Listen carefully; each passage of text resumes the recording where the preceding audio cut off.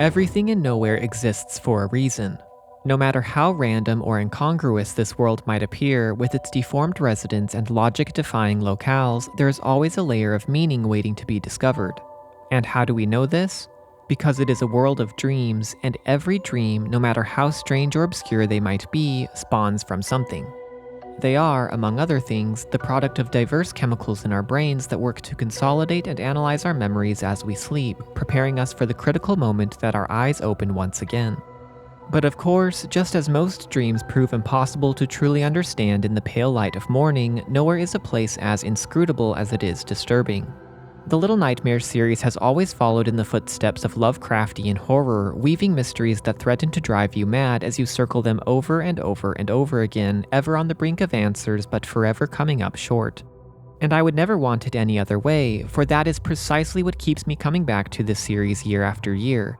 That intoxication of chasing an understanding that remains forever just beyond our reach.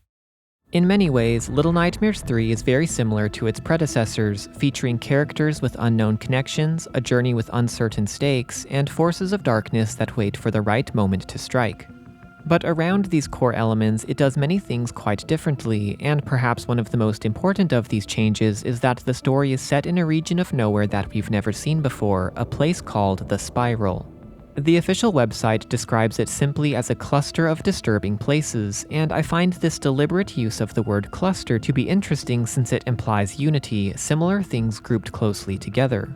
But clearly, these areas couldn't be more different. Not only are they separated by great physical distances, but even by time itself, and all appear to exist and operate independently for the most part. Broadly speaking, the only thing they seem to have in common is the prominent spiral imagery within them. The Necropolis is marked by crumbling stone pillars and beetle burrows, the candy factory is filled with sticky lollipops, and the carnival features brain-teasing attractions of various shapes and sizes, all sitting beneath a gigantic Ferris wheel. So what gives? Why do these specific areas make up the spiral, and what are they supposed to reveal about the twisted world of Little Nightmares? In this video, I intend to find out. Join me as I discuss the true nature of the spiral, its origin, the dark secret at its heart, and how all these seemingly disparate areas are in fact far more closely connected than they first appear. Needless to say, there are major spoilers for Little Nightmares 3 ahead, along with some general spoilers for the Sounds of Nightmares podcast as well, so I would highly recommend experiencing both of them yourself before watching any further. First, we need to talk about Lo, since he lies at the very heart of our story. For reasons unknown, the young boy was committed to the county's psychiatric institute and placed under the care of Otto, just as Noon had been, unaware that his life was about to get a whole lot worse.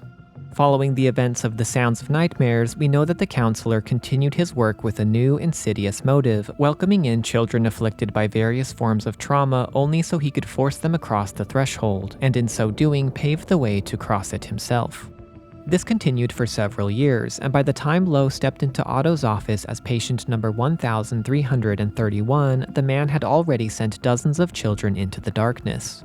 Noon was patient number 1229, according to the number on her bed, and while it's possible that some of the children between these two were simply discharged back to their families, I think we can safely assume that a substantial number of them were not. Just as Otto wanted, they dreamed and dreamed and dreamed to sleep again anew. And Lo was soon to follow.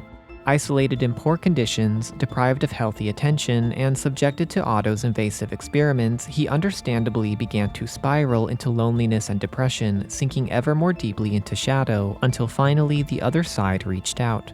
His slumber became restless, filled with visions of strange, frightening lands that became more real with each passing night, weakening his grip on reality.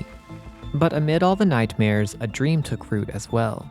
Somehow, Lo obtained a little green doll and in it found an imaginary friend, a girl whom we know only as Alone. As his mind and body were transported into nowhere, she was able to join him there, taking corporeal form and greatly alleviating Lo's crippling loneliness.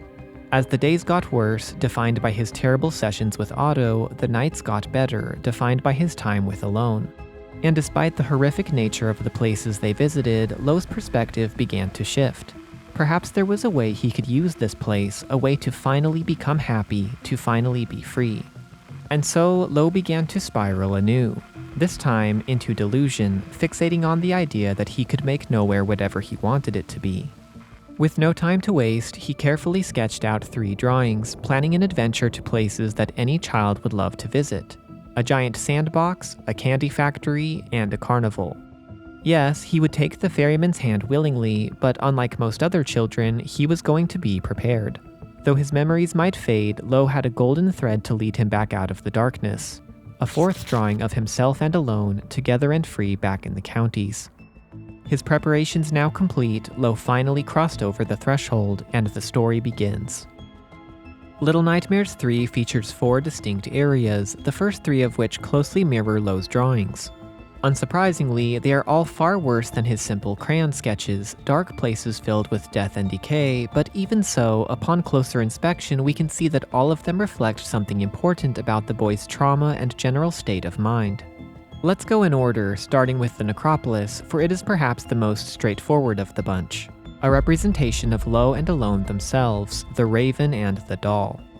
Lo's most iconic feature is, of course, his raven mask, and before it became the City of the Dead, this place could have easily been called City of the Ravens, for every part of the dweller society revolved around the glossy black birds.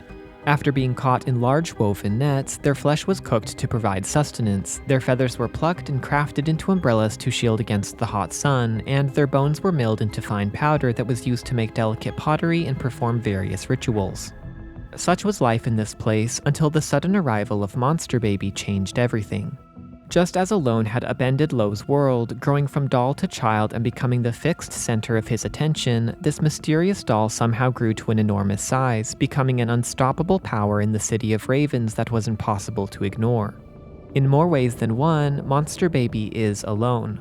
Not only does her stiff hair stick out at the sides in a familiar way, but she doesn't really belong in this place, and ultimately proves to be a force of destruction despite her innocent intentions.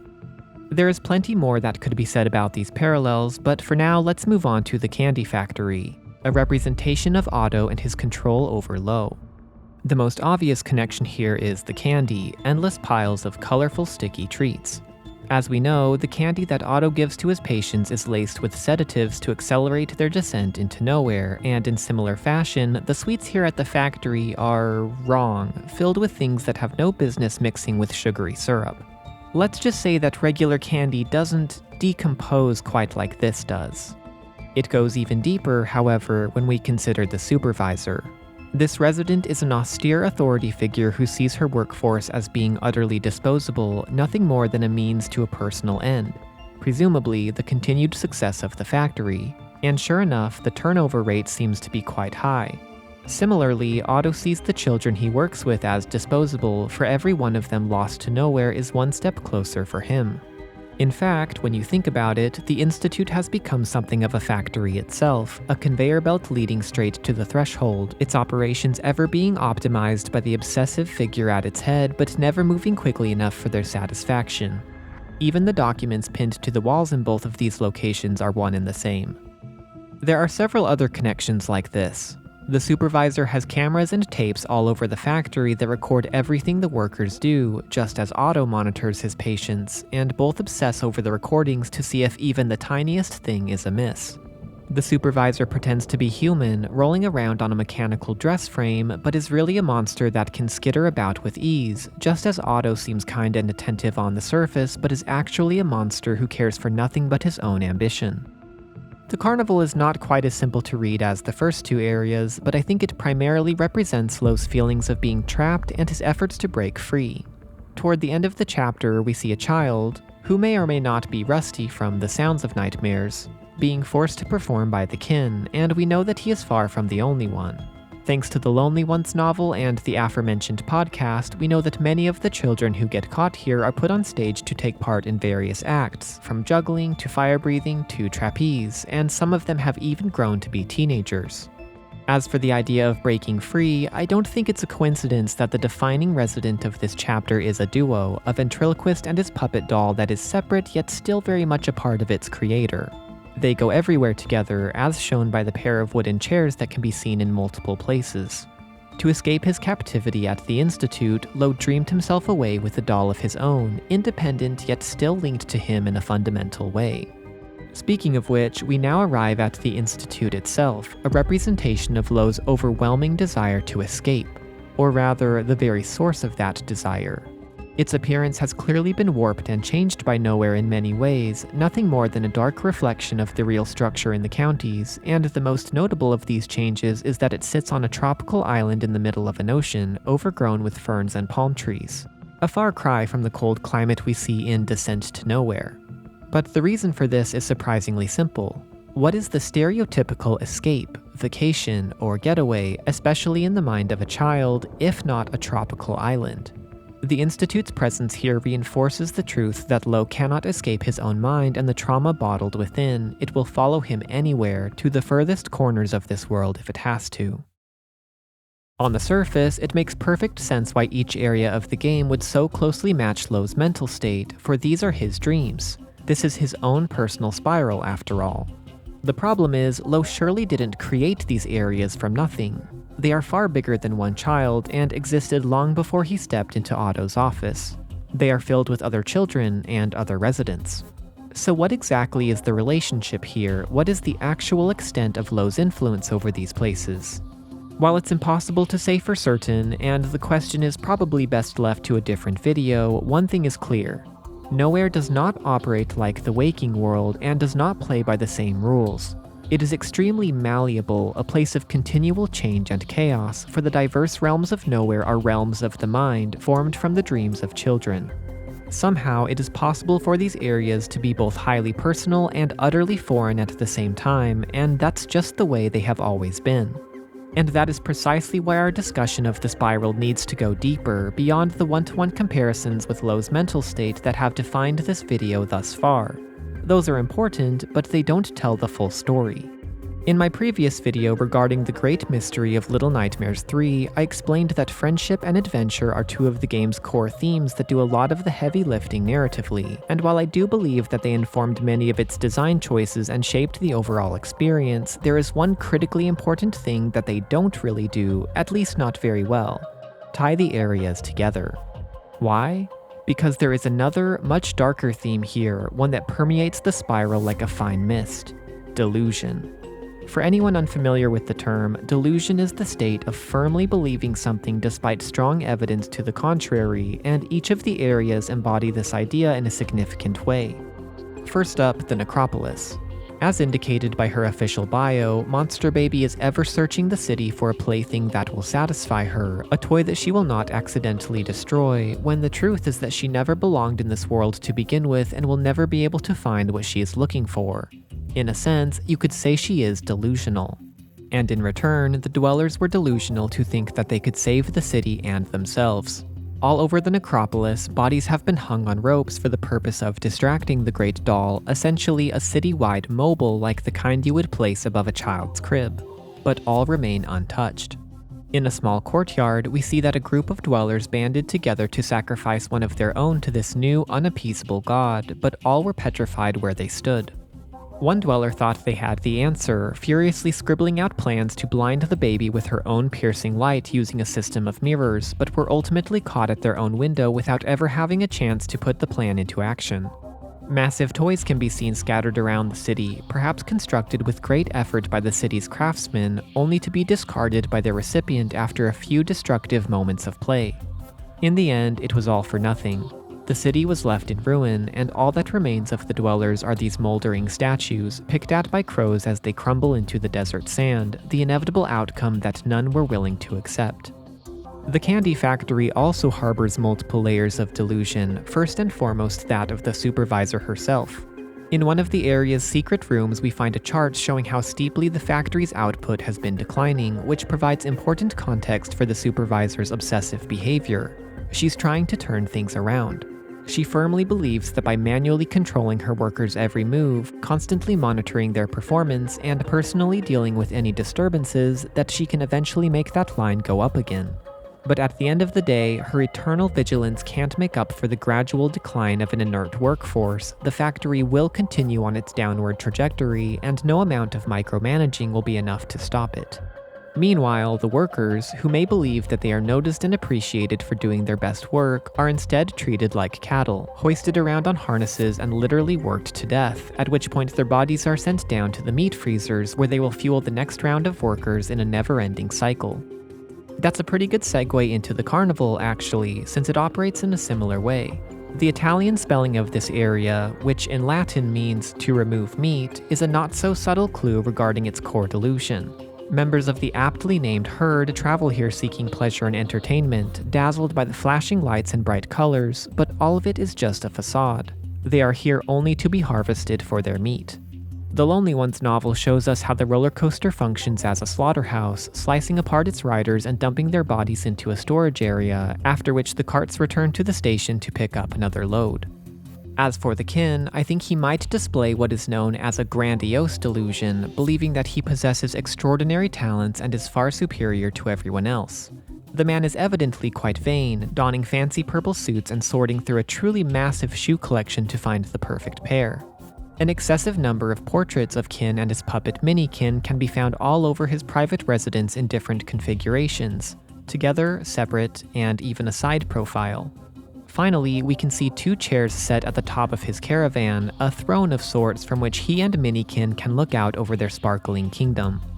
The truth, of course, is that this kingdom is an old, barely functioning ship that is literally falling apart, each attraction threatening to break free and plunge into the cold ocean below at any moment, and the Kin himself is nothing more than a common butcher who couldn't care less if he makes a mess of his fancy purple suit. The Institute is a bit different from the other areas in the sense that it isn't really part of the spiral, but instead at the center of it, which means the delusion here is rooted very deeply indeed. First, we have Otto, the great power who terrorizes this place. He wishes to enter the nowhere so desperately, thinking that he'll be able to find the answers he seeks and learn the truth about what happened to Cece all those years ago, when in actuality he will be utterly consumed by the darkness and used for its own purposes. To be clear, we don't know whether this giant resident is Otto himself or simply a manifestation of him, but an important detail is that its official title is not the Counselor, but rather the Hypnotist. In Chapter 2 of the podcast, Otto uses a spiral pendant to hypnotize Noon and help her recall details about the ferryman, and it sounds like this became a core part of his methodology for sending children across the threshold. While on the topic of spirals, you may have noticed that I left the Institute out when describing the spiral imagery shared across each of the areas. The truth is, there kind of isn't any. We can find a small spiral drawn with chalk in one of the hallways, and there's a sheet of paper with a chaotic spiral scribble deeper in, but nothing that defines the area in any significant way. And that in itself is the key, for the spiral here is not to be found without, but within, at the very center of our screen. It was here at the Institute that Lo spiraled into delusion, firmly believing that he could use nowhere to find lasting happiness, descending into the underworld like Orpheus and returning with Eurydice in tow. But of course, that is not how this place works. Just as the great musician's story ends in tragedy, his beloved wife reclaimed by the darkness forever, Lo experiences firsthand how nowhere twists and distorts like a monkey's paw, knowing every corner of your mind and using it against you. Sure, Lo might have defeated his tormentor and escaped, but he lost everything that mattered to him, forced to watch as Alone was sucked back into the void for eternity. And now, ironically, he might wish for nothing more than to go back. As for the eyes that claim dominion over this world, it's impossible to say whether or not they wanted or intended for Lo to escape, but regardless, they knew very well how Lo's story was going to end, for this closing sequence was actually foreshadowed in every single chapter of the game. When escaping the Carnevale, it is Mini-Kin, the doll, whom we set ablaze, careening off the side of the balloon to its presumed death while its creator watches in horror. At the end of the factory line, we crush the supervisor under the weight of her own equipment, just as the hypnotist is crushed by his own roof. And finally, we come back to the Necropolis and to Monster Baby. Her fate isn't like the others, no death or destruction to be found here. Instead, we see a simple doll cursed to be forever alone, driven away by a flock of ravens and fading into the dust beyond, never to be seen again. This entire experience is Lo's personal spiral, every detail pointing us to the inevitable conclusion when his dreams are shattered before his eyes.